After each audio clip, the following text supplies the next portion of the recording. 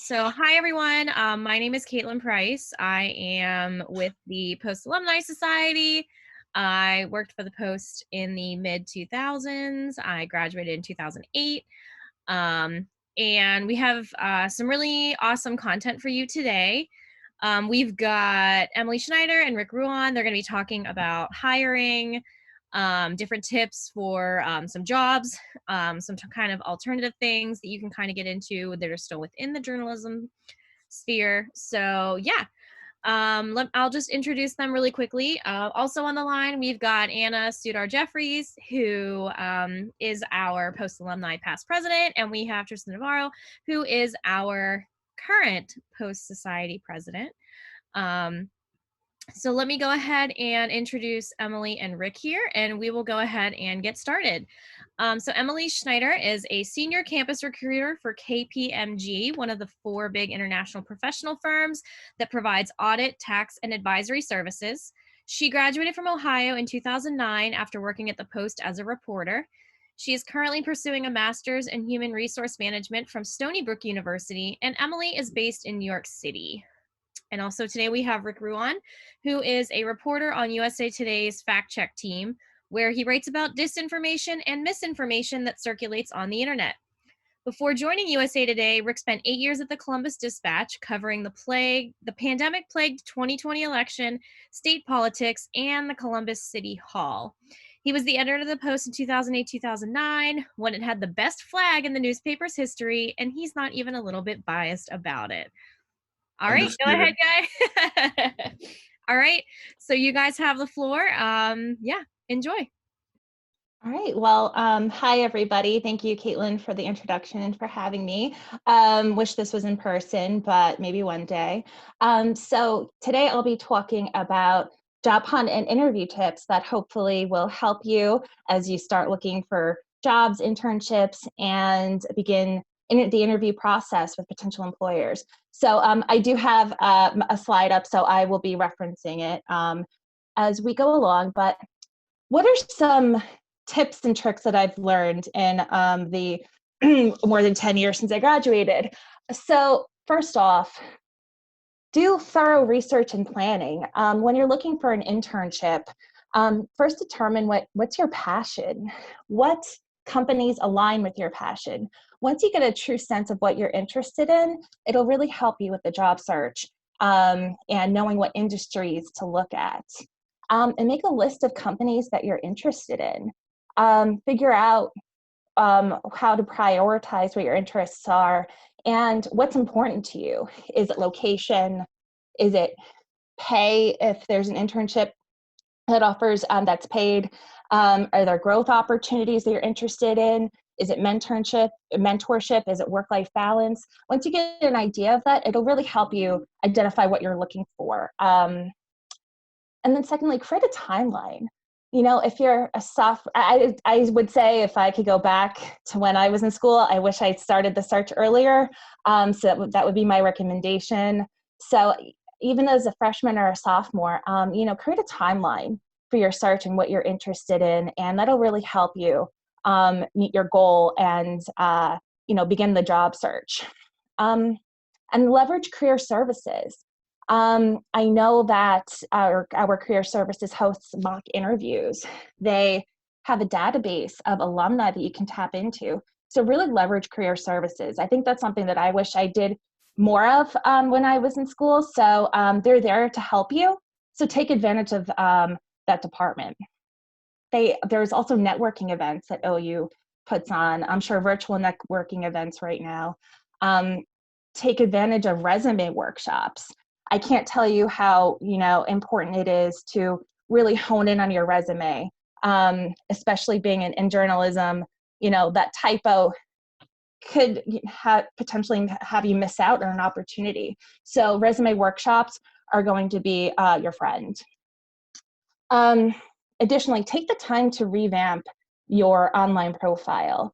You know, if you have a LinkedIn, make sure it's really current and tells a story about your experience and your interest in your skills. If you don't have a LinkedIn profile, I highly recommend that you create one. You know, it also helps you develop your brand. So if somebody says your name, what kind of personal brand do you want to portray? And your LinkedIn profile is also able to showcase that to potential employers. And make sure that when you're applying to a job, that it's not a generic resume.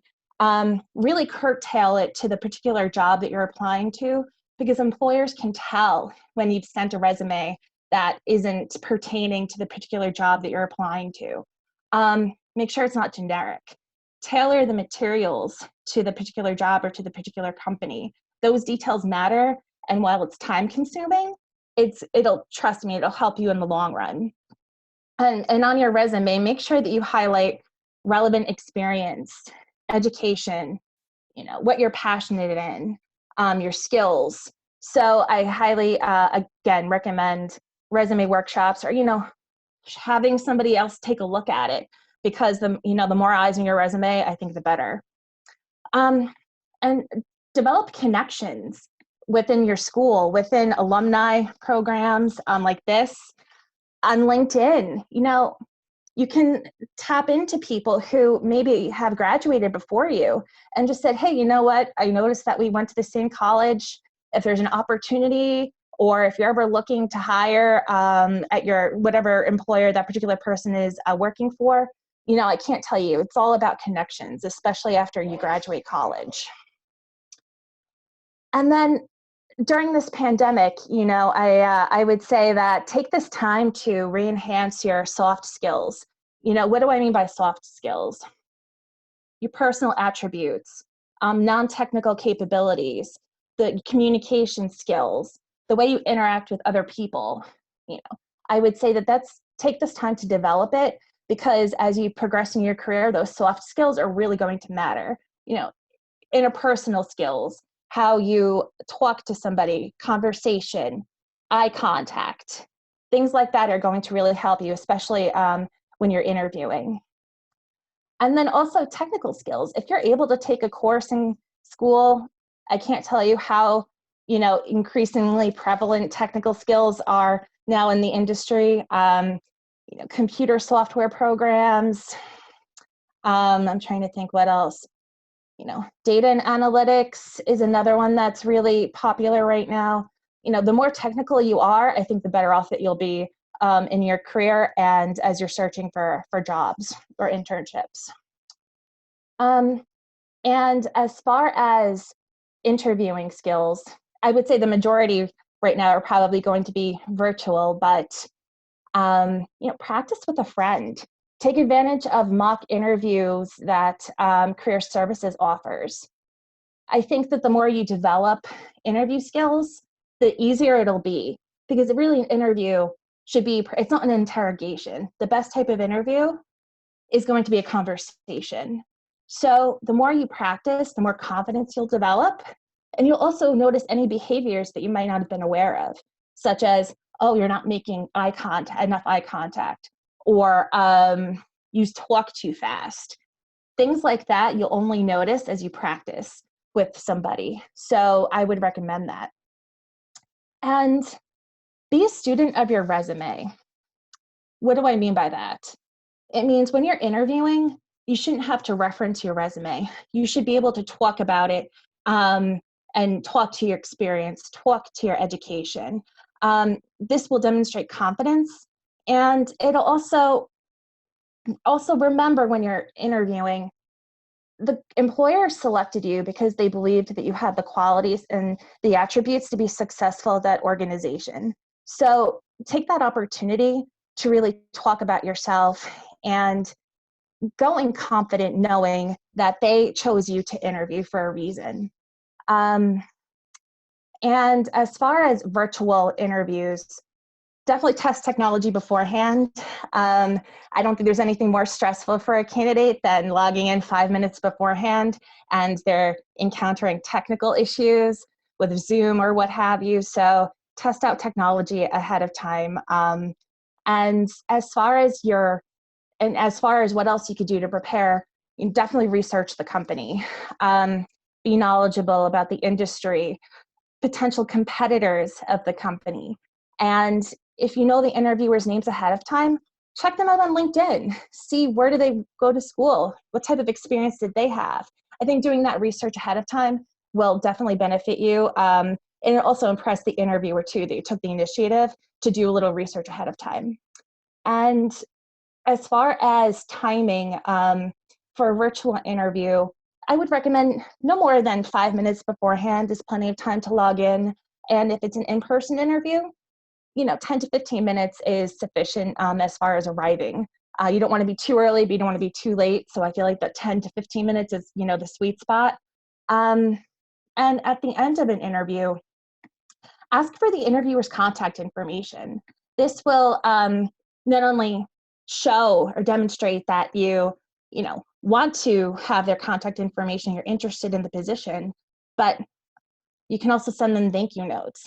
I really think that added touch of just sending a thank you to the interviewer not only gives you an opportunity to reiterate your interest in the position, but it's professional courtesy, but it also shows that you are I would say that you care, because I know a lot of times as an interviewer, I don't get thank you notes, and they're not, while it's not required, it does make a difference. And I remember those who took the time to send them to me. So I don't think you can go wrong with that.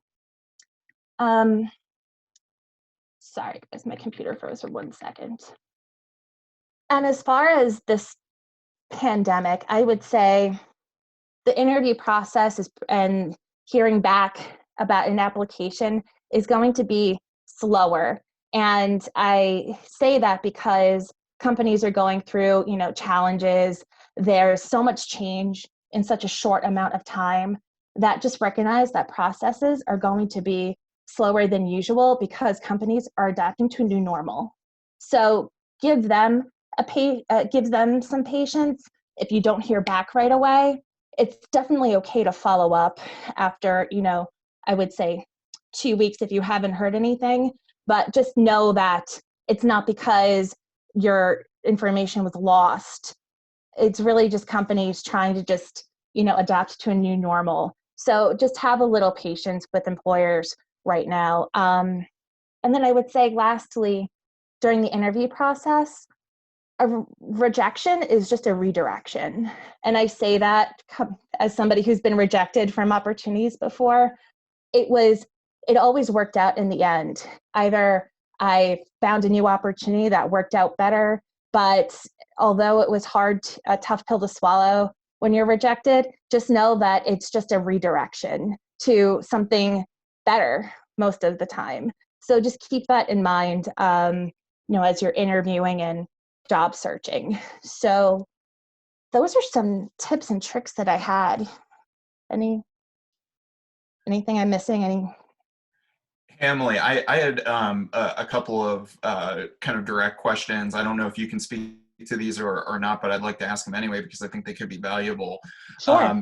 I've heard that in the era that we're in, where you send your resume and your application materials into kind of an online portal, that you want to mirror language in the job description because that will help it rise through HR filters. Is there any truth to that? I have heard of that happening. That's a good one, Rick. I would say that there are definitely keywords in the job description that I would leverage in your resume, in your cover letter. Some companies do kind of like have a search feature when they scan through resumes. I think that's what you're referring to. So to that point, I would definitely take out keywords out of the job description and put it in your resume, because it also shows that you've read the job description, and hopefully you did. But does that answer your question? Yeah, for sure. And then the other one, you just mentioned cover letters. Do you have any tips around the cover letter and how that could be different from your resume? I know when I was applying for internships and jobs at first, that writing the cover letter was always the most frustrating part of it. So I wonder if you have any tips for cover letters. Sure. So I would say that cover letters are becoming a little more outdated. compared to when we were in school. And it was like, no, you have to have a cover letter as part of your resume package. I think that unless it's required, I think it is a nice to have, but really an employer is going to look at your resume. What's your education? What's your experience? What are the skills? So I would focus more time on my resume. And I think the cover letter is a nice to have. And if you want to include it, have that cover letter. First of all, make sure that you use the right employer name. I've seen that happen. But be intentional. Why are you interested in working for this company? Why are you interested in this position? And it could be short and sweet, maybe a paragraph at most, but I will say that the cover letter is becoming a little more outdated. That's good to know for the next job I apply for. Yeah, that's happy news. Right. Something we wish we had, 12 years ago. Yeah. Do you guys want me to go through my content now or have questions for Emilie now? How do you want to do this?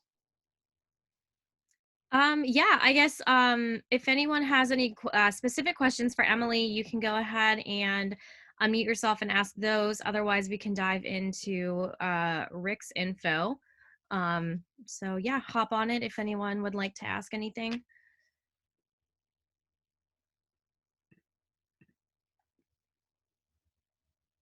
Don't jump all at once. No. Can I throw out a question that stressed me out when I was in college? Length. No, you can't, Anna. No, go for it. Girl, I know where you live. I was always very stressed out about how long or short things were supposed to be. And I feel like someone told me once that your resume can only be 1 page. So I think I ended up using really small font to cram everything possible in there that could maybe get me a job someday. So is that a real, is that kind of gone now that people aren't doing as much printed out portfolios and stuff and it's all digital, or are there rules or tips or tricks about how much you should send and when it becomes overwhelming to a person that's on the HR side? Sure, that's a good one. And I remember, the font sizes back in the day to cram it all into 1 page. I would say it's about quality, not quantity. As somebody who's still in school, I would say usually about a page, maybe a little over a page is sufficient. As you progress in your career and you have more experience, more to share, that's when you see it becoming, a page and a half, sometimes even 2 pages. But I think if you're concise and the employer is really able to see the most important bullets of whatever experience you had, whether it be an internship or community service, volunteer experience, on-campus experience, it's quality, not quantity. And if you're concerned about the length of your resume, that's when I would use a resume workshop. That's when I would send it to career services. If you really want to portray yourself in the best manner, definitely have somebody review it.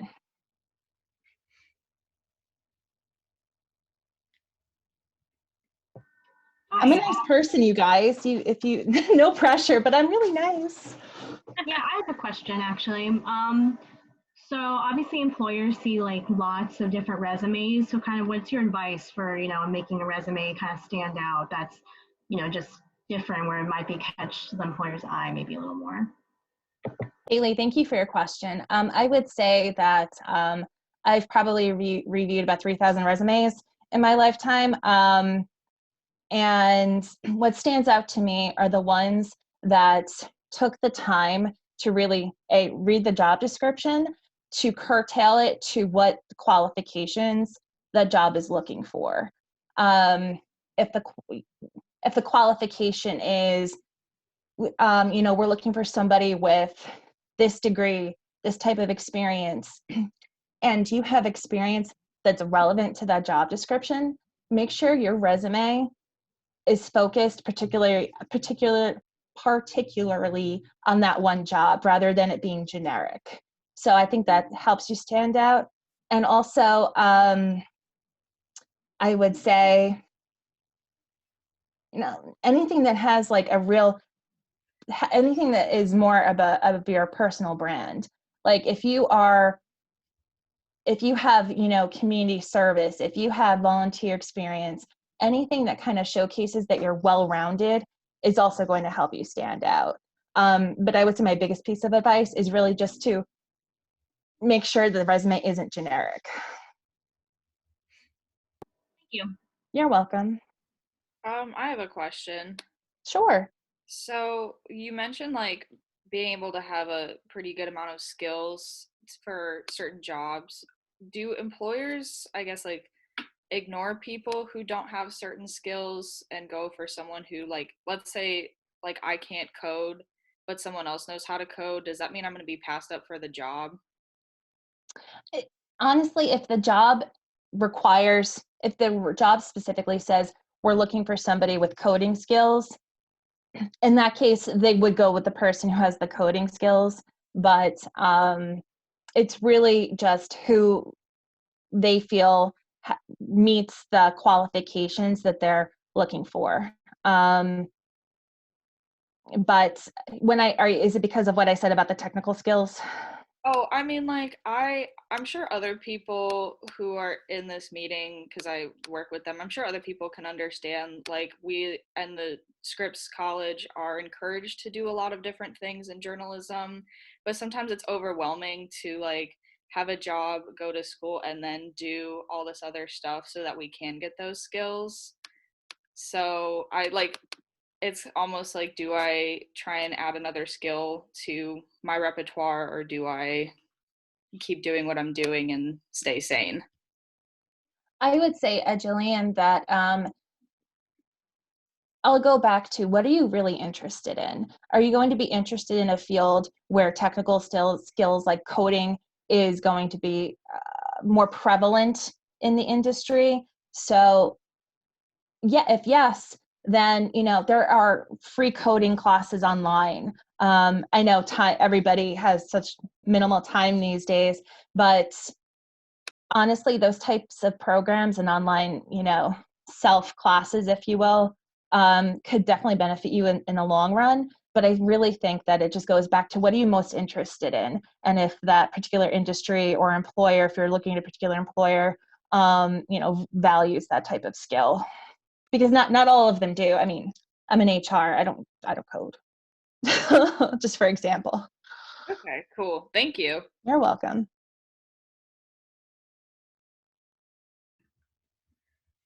Awesome. Yeah, great questions, guys. Yeah, I guess we'll hop over to Rick now. He's going to talk a little bit about some kind of, first job, kind of alternative internship things that he's got from his experience. So, Rick, you have the floor. Well, thank you guys for having me for this. It's exciting to get to talk to posties. We were just talking before we got on here about how it doesn't feel like it was that long ago that we were all at the Post newsroom, and then we look at the calendar and realize that it was way long ago. So this is cool to get to talk to you guys. I'm going to talk a little bit about some tips and notes for surviving your early journalism career.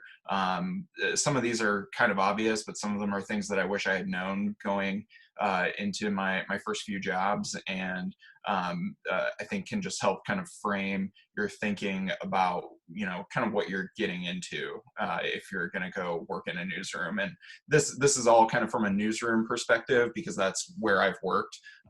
When I graduated in 2009, I started working at the Vindicator, and I've exclusively worked in news since then. So that's kind of where my experience is coming from. So tip number one is prepare to do a little bit of everything, especially in the early part of your career. Newsrooms, especially the small ones where you're most likely to be starting out, are severely strapped for resources, which you guys already know that.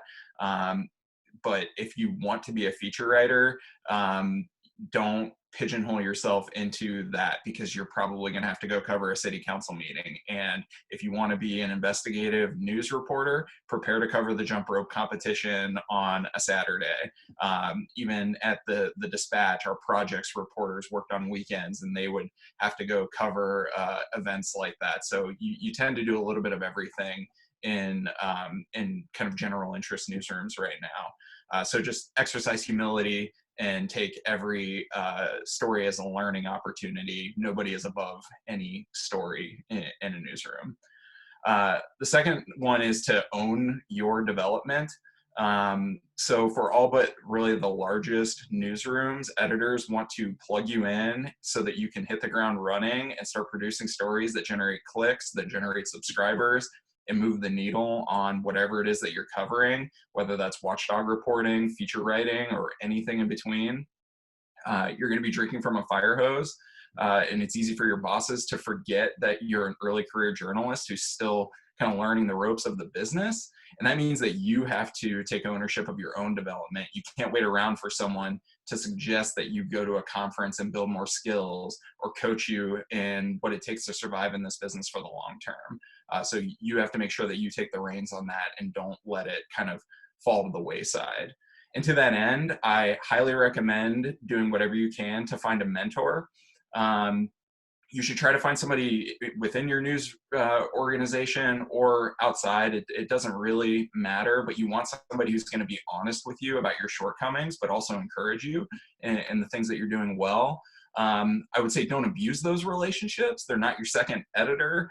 You don't want them looking over everything that you write, but use them to work toward that development. Take the person out for an occasional coffee to pick their brain about how they develop sources, for example. That was a weakness for me early in my career, and I went to other people to kind of learn how they do it. And then, if they're in the same newsroom as you, listen to them, listen to how they do their job, listen to how they interview people, what questions they ask people. If there's a big story that you want to do, bounce the idea off of them and ask for input, and take their advice seriously and learn from them. Some people in this industry, I'll tell you up front, they're standoffish and they're territorial, but most of them aren't. We all have a stake in the future of journalism. We want to see it survive. We love it. That's why we're in it. And we want to help kind of the next generation to keep it going into perpetuity. My best mentor was somebody who was actually assigned to me at my first internship at the Springfield News-Sun, and he's become a great friend to me since then. He helped me get my job at the Dispatch. He helped me find my house that I live in right now. He lives 2 doors down from me. So I'm a big proponent of mentorship. I think it's really great. Bring ideas. Editors love reporters who have their own ideas, who aren't just kind of waiting around for something to happen or waiting around for the editor to come up with something to give to them. So bring your own ideas, but recognize that not every story has to be a giant opus. Like, it's okay to write, a short bite on something. It doesn't have to be a big blowout, every idea that you bring to the table. Be adaptable and be humble. Your editor is going to tear your story apart. It is inevitable. I remember when Carol Lease got a hold of a story that I wrote as an intern at the Dispatch, and I thought I knew everything backwards and forwards because it was something I had covered at OU, and she destroyed that story, and I ended up having to rewrite it. It was a humbling experience, but you learn from it, and that's what a big part of your early career is going to be, is kind of learning how to do this. You haven't done it every day. You've done some in college, but it's not the same as doing it day in and day out. But be open-minded about the edits and take them as a learning experience. I've seen some interns come through the Dispatch who were like frustrated with the heavy edits that were coming on their work, and I would always tell them that you don't want to have an ego about your writing. You have to understand that editors have a job to do too. They want the story to be the best version that goes out to readers, and that's who they're really thinking about. So just don't take that kind of thing personally. You're not a failure because you got a heavy edit. Everybody gets a heavy edit. It happens. And then in terms of like where you're gonna start working, I kind of very early in my career had a little bit of I don't know, like an ego crisis. I saw friends that I graduated with going on to work at these big national newsrooms, and I felt, sort of like I was a failure for not getting to one of these really big jobs right away.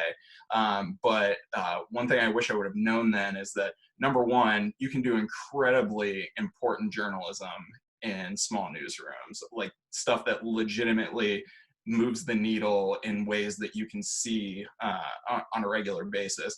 And two, just because you're starting there doesn't mean that it's going to be the only place that you ever work.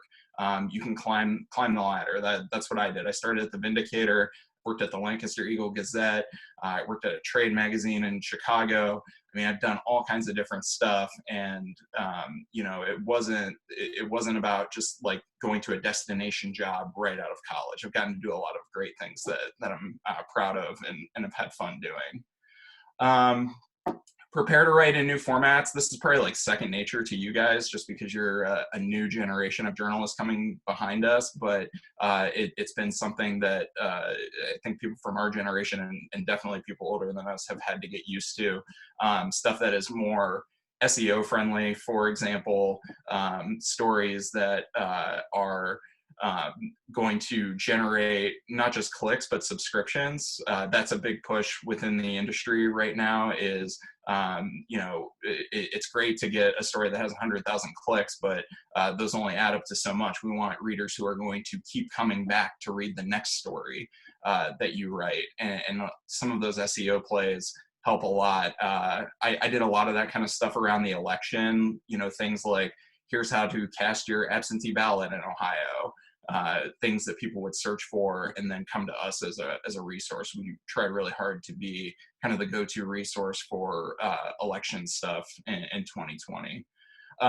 This is a total personal pet peeve, and if anybody else on here wants to disagree with me on it, I'm happy to hear it, but stop trying to win Twitter.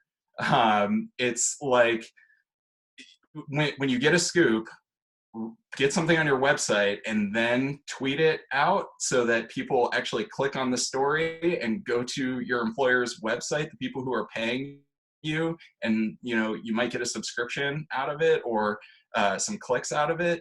And don't focus so much on getting retweets and having this like Twitter persona. I think that is so overrated within our industry right now. Twitter is an echo chamber for journalists, for people who are involved in politics, and for a few other people.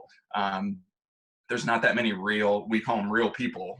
There's not that many real people on Twitter, and I just think it's your time is better spent on developing your skills as a reporter and as a writer, and as somebody who's bringing value to your newsroom more than your personal brand. But that's just a personal pet peeve. It annoys the crap out of me, so I put it on my list. And then the last one is just to be open to new forms of journalism. That's kind of what I'm doing right now. I've been what I think you would call a pretty traditional news reporter for the first part of my career here. And I thought that I'd be interested in trying to take a little bit of a turn and do something a little bit different. So I'm getting into fact check journalism. That's pretty new for me. I'm about a month in. I started February 1st at USA Today on the fact check team. That's an emerging area that we're seeing right now, thanks no doubt in large part to places like Facebook underwriting newsrooms operations around that, because they have an interest in controlling the flow of misinformation and disinformation that exists on their platform. They've been getting publicly shamed over it, and so they have given grants to newsrooms to do the kind of work where I spend a lot of time filtering through Facebook and looking for this stuff, and then writing a credible report on it, and then they link to it, and it actually will suppress within their algorithm the spread of that. It won't spread as quickly. So you get to see very tangible, immediate results in it, and it's pretty fun. It's definitely requires a lot of the basic journalism skills that you've learned in college. It's actually a really great place for an early career journalist to start if you're not going straight into beat reporting. So just be open to those kinds of things, even if it's not necessarily, like I said, kind of the destination job for you. It's a great place to get in the game. That's all I got. Awesome. Thanks, Rick. That's some awesome tips there. I do I do agree with your Twitter gripe. I don't work in traditional news, but I can attest to that. Yeah. You want to it's not all about the follows. In the end, you're trying to, support your company and your business, not necessarily your reputation on the internet. So if anyone has any questions for Rick or for Emilie, or just any questions for the rest of us about anything involving really anything we've talked about, or just any additional things about trying to find a job, opportunities, internships, what you can be doing now. I did see on the registration that a lot of the people who signed up for this session tended to skew with the lower classmen, which is really awesome that you guys are getting like an early start on this. I wish that I had a lot of this when I was in college, but unfortunately the Post Alumni Society didn't exist until I was a senior. So by then it wasn't as robust as it is now. So we're really trying, to show our presence. We exist really to be able to connect with one another as alumni, but also to assist you guys as students. And then hopes that you would, participate with the Alumni Society upon graduation. But yeah, we're pretty much here for you. So anything that you guys have in terms of, if you have something secured for the summer, or, for post-graduation, if you want to talk about that or ask anything else, we're here for you. So Caitlin, I have a question for Rick. yeah, go ahead.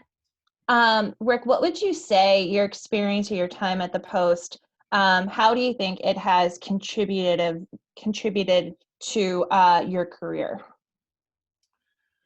So at the Post, we did everything. It was kind of that first thing that I was talking about, where when you're going into your first newsroom job, you should be prepared to do a little bit of everything.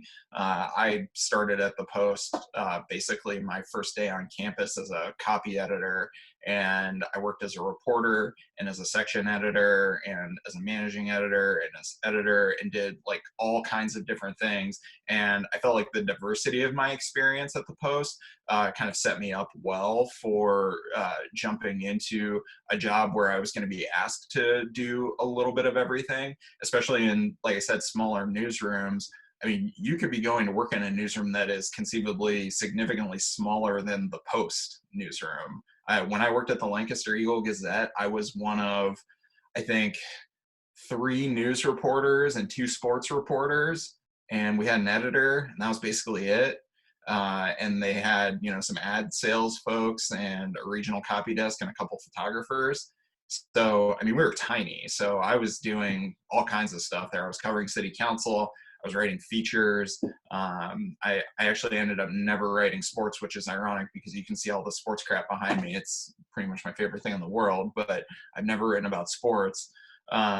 So I think the diversity of that experience is great. And then the OU network is huge. You constantly find people from OU in other newsrooms, and you find posties in other newsrooms, and just having that immediate connection is more significant than you think. I thought you made a great point, Emilie, about like researching the people that you're going to interview with, to ask them questions about themselves. I always find that when I'm interviewing for something, just finding some common ground, something that we can relate on a human level on, kind of sets the whole thing off, because now you're just having a conversation with somebody who you have something in common with, as opposed to the kind of interview dynamic. Rick, I think you bring up a good point, and I'll just share the story about connections. Graduating in 2009, I didn't graduate with a job. It was a really difficult time in the economy. And when I was job searching, I came back home to New York, and I applied everywhere, you name it. I sent out so many resumes, applications, what have you. But I got an interview because the woman I interviewed with happened to be an OU alumna, and she saw that on LinkedIn, and we immediately had that connection. And I swear that was what made that's what helped me get my job. I don't know if I was necessarily qualified, but that connection helped me. So I just can't say enough about the importance of connections.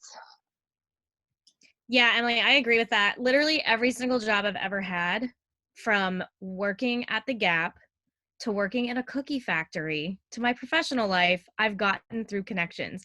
I've never gotten a job through just blindly submitting a resume or anything like that. Not that you can't get jobs that way, but I think it definitely helps. I got my most recent job in October of 2019. I went through a staffing firm, and the woman that I worked with, I grew up with her brother. So it's it's a connection. And I'm a dance teacher. She danced at the dance studio where I teach when she was young. She's significantly younger than me. And so I think people really underestimate the value in just like utilizing those connections to do that. And you'd be surprised. I mean, people are very, willing to do that kind of thing, even if you're not super, super close with them. Once you kind of reach out and make that connection, like this, her name's Mia in particular. Like I said, she's 10 years younger than me. I went to school with her brother, and we weren't even really that close. But once I reached out, we were connected on LinkedIn. I popped her a message. Hey, I'm looking for something. We like hit it off right away, and she really, really, helped. And it ended up, I mean, it doesn't always end like this. I ended up finding a job within a week and a half, but yeah, I mean, like I worked at the Gap when I worked at OU when I was home, and it was because I knew the manager of the store. I babysat her children. They needed help, so she reached out. It's just small things like that. You never know where there's going to be an opportunity, even in interesting places. I currently work in IT. Didn't think I would work there, but I work as a technical writer. So I basically create materials to educate other people that work with the company on how to use things. I train people. So I'm using, those writing and communication skills all the time, just in a different format. So I'm sure while most of you want to be in a traditional newsroom, there are plenty of other opportunities to use those same skills in other capacities. Because I've never worked in a newsroom after college, but I'd use those skills every single day. I think very few of the people who graduated like in our kind of like 2 to 3 year window actually still work in newsrooms. I mean, there's probably a handful of us who still do. So it's not, it's not the only way to use your journalism experience or your journalism degree. Yeah, a lot of people, I mean, people really value individuals who can write well and write succinctly, because there's a difference between writing well and writing succinctly. Not everyone can do either of those, let alone both of them. And a lot of companies look for people with journalism skills. If you look at a lot of marketing jobs, corporate communications jobs, things like that, they're looking for journalists, people with journalism experience, because they know that they have those skill sets. Even though they don't necessarily have the direct experience, they know that those people are very flexible. And like Rick said, when you work in newsrooms, it doesn't matter where you are. You could be, I know people for the Associated Press in New York, they covered, I was with a friend, he was late meeting us because he was covering a pet parade. So, the versatility there, people really understand those skills. And that's what a lot of people are looking for, just in jobs outside of that, corporate jobs. Nonprofits are really big on hiring journalists, former journalists. Anna works for one of those. But I know that there's scads of opportunities there, even if I think when I graduated too, I graduated literally, they said that 2008 was the worst year for college graduates, kind of what Emilie was saying. That was the official year that the economy bottomed out. So there were no jobs, let alone in newspapers. So we kind of had to get creative, but it all You works you out got to great. be careful with that, Caitlin. I recently got on TikTok, and all the people who are on this call are going to go make fun of us for talking about how hard it was to get a job in the middle of the Great Recession, because that's what I they do know, on right? TikTok, apparently. We're definitely the millennials that you guys are making fun of on TikTok for sure. But no, it was So seriously like it was very hard. I mean, most newspapers, a lot of them folded. They weren't hiring anyone, they were laying everyone off. But I think just, just being creative in your job search kind of helps too. So I think that like the biggest skill that you need as a reporter is the ability to ask questions. So we need some questions from you guys. What do you want to know?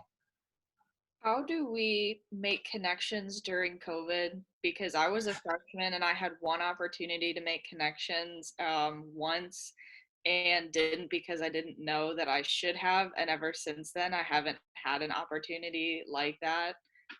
So I'm not really sure where to go because I don't even have people who like know other people to connect me to. We know other people, so you can talk to us and come to our events and come to reunion at the end of this month, and we will help with connections. Yeah, I would that's what also I was Use going to your feel free say. to alumni link in with us association. too. I'm sure none of us would object to anybody trying to link in with us from this meeting. So link in with us Yeah, because that for just sure. opens up your door. Yeah, LinkedIn is a huge one. I mean, I work for Giant Eagle. If you guys are familiar, it's a regional grocery chain. And I work for the corporate office. And ever since I started there, just having that connection, I've gotten so many connections just on LinkedIn from, just like random people that just want to connect because you never know when opportunities are going to arise. I do a good bit of freelancing on the side too. So I actually have a very good relationship with a guy. His name is Robert, and he used to be work for Franklin University in Columbus. He now is a creative director at Stanford University in California, and we are very close friends. We work really closely together, and he literally found me on LinkedIn. That is how we met. And we've been very good friends for 5-6 years now, doing some quality work and quality projects together. And it was literally because he found me on LinkedIn. He saw this is exactly how he found me. He did not go to OU, but he's from Columbus, so he knows the reputation. He saw me on LinkedIn. He saw my experience. He saw I went to Scripps, and he thought that I was going to be a good person to connect with. And that was exactly it. So having a LinkedIn, and especially having that OU and that Scripps information in there, people like understand the reputation that goes along with that. And I think, most people are going to be willing to connect with you, especially, if you include just like a brief note, like, hey, I'm a student, I'm working at the paper, like if you find people at other news outlets that you want to connect with, just be honest about it. I'm looking to expand my network. I would like to learn more, for potential, internships, job opportunities, just want to connect with people in the industry. I've gotten requests like that too. Just want to connect with people in the industry. All right, cool. Now, if they start harassing you, that's one thing because you will get like salespeople. But for the most part, people just want to connect to have that opportunity to be like, oh, I kind of know of this person. I can, turn to them if I need something or, to refer somewhere. So I would say definitely start there. Also doesn't hurt to just like follow people on, like if you want to even go like pretty informal, maybe follow some journalists on like Rick was saying, Twitter, Instagram, things like that. Maybe just like periodically just send, like a direct message like, hey, I really appreciate your work. I'm a student at blah, blah, blah, blah. I'd love to, connect and learn more or something like that. You never know where those connections are going to come. And I feel like doing it digitally is you can be a little, I don't want to say like ballsier, but like you can be a little more ambitious without the threat of, or not threat, but if you would feel like you would be embarrassed in person if you got like turned down or something. I feel like with the virtual way, it's a little easier. Yeah, and I'll second coming to events like this. People who are speaking at things like this are doing it because they want to help you. So they're generally good people to reach out to and try to establish connection with. And we have like I mean I don't have it right now, but just our alumni society in general has a pretty good idea of what a lot of our, I want to say active, but alumni who've worked at the Post are doing. So if you do have a specific interest or something like that, reach out and we could, you know, connect you to someone if you're really interested in a specific newspaper or you want to move to a specific city. We don't have a ton of data on that, not all of the data, but at least the people that have come around, you know, we can connect you with people. And like Brick said, pretty much anyone that's involved with the Alumni Society at all is willing to like help you guys. That's pretty much why we're here.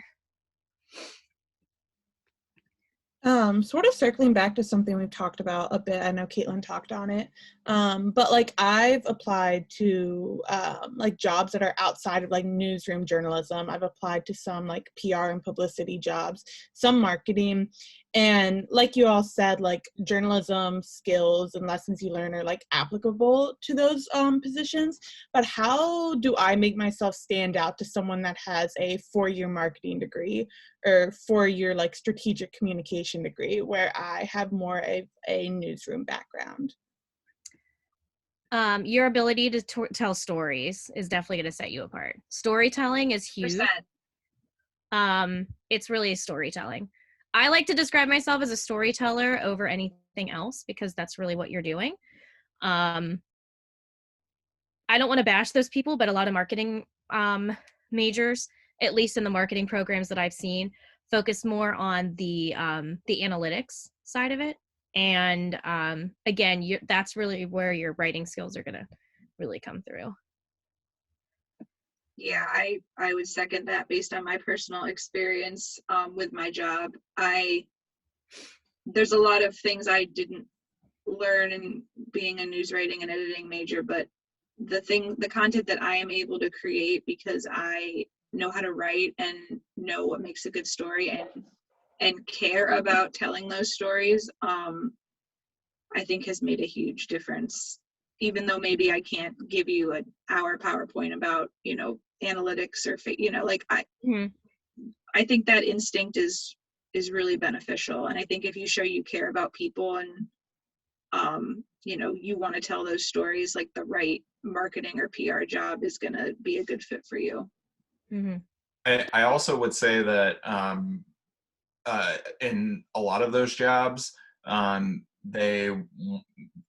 the kind of idea is to get people who are working in news interested in what that company is doing, right? So as somebody who has been trained in what newsrooms want, you're bringing to the table some skills around being able to relate to people who are working in newsrooms and how to kind of pitch them on whatever, you know, the company does that you're working for, the company or the person. It could be a politician, it could be a giant eagle, you know, there's a lot of different places that you can do that kind of thing.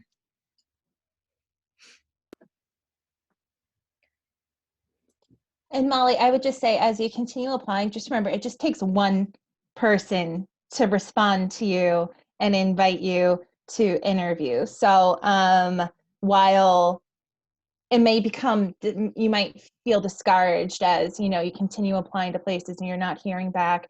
I mean, I think that the key is in the numbers. You know, I think the more you apply, the more you put yourself out there, the likelihood of the probability of you getting an opportunity is just going to increase. And we were all in that same boat at one point. And here we are talking to you. So just remember that.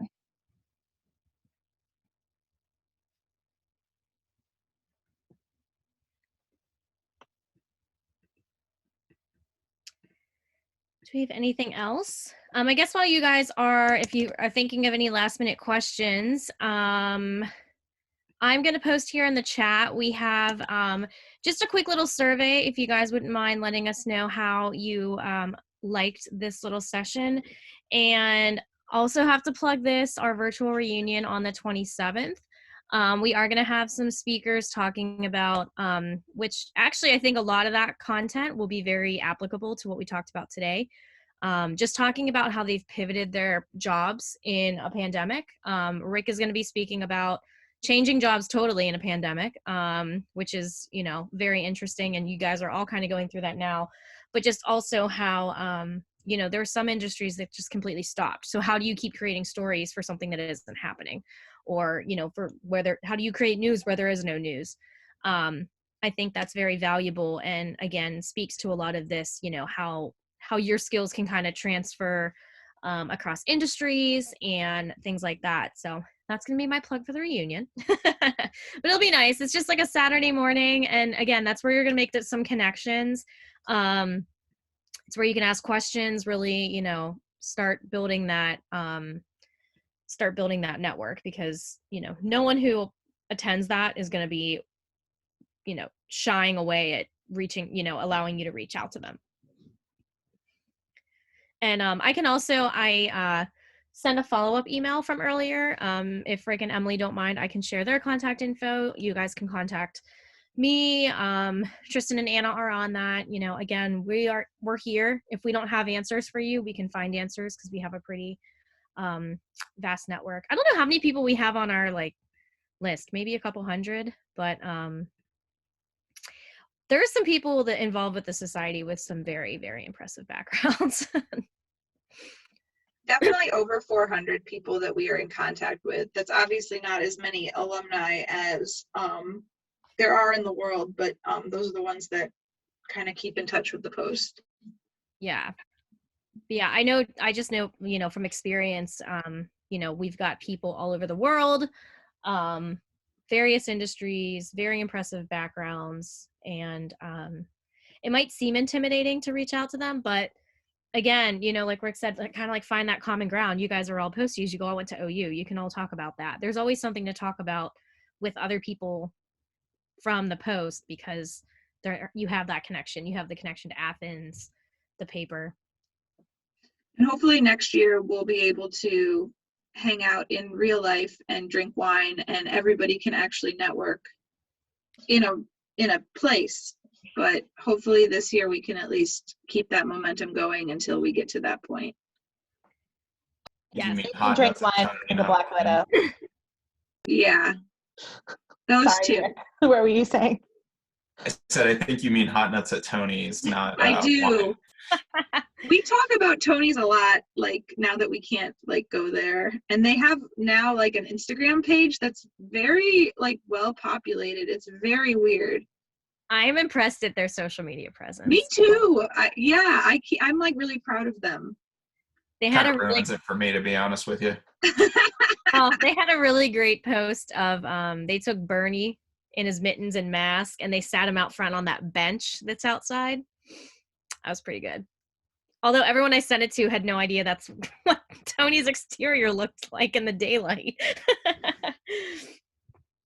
See, who knows? You could end up being the social manager for, you know, a college bar. You just never know where your job journey will take you.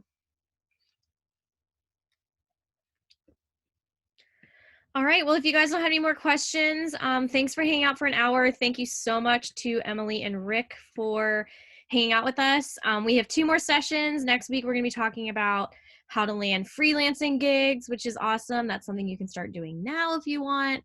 And then the week after that, we're going to talk about, you know, just how to keep content fresh. You know, at the Post, you know, you're there for what, maybe 4 years, and I feel like people at the Post are changing jobs all the time. In the real world, you could be in the same beat for 10, 15, 20 years. So I think that's really valuable to be able to find news stories in different places, and, you know, and above and beyond that, just kind of staying connected to what's going on in your community. So yeah, the same form that you guys filled out for this one, if you want to, if you haven't already signed up for those, you can fill out the same form. And we would appreciate it if you guys took our quick survey and registered for the reunion. Have a lovely week, everyone.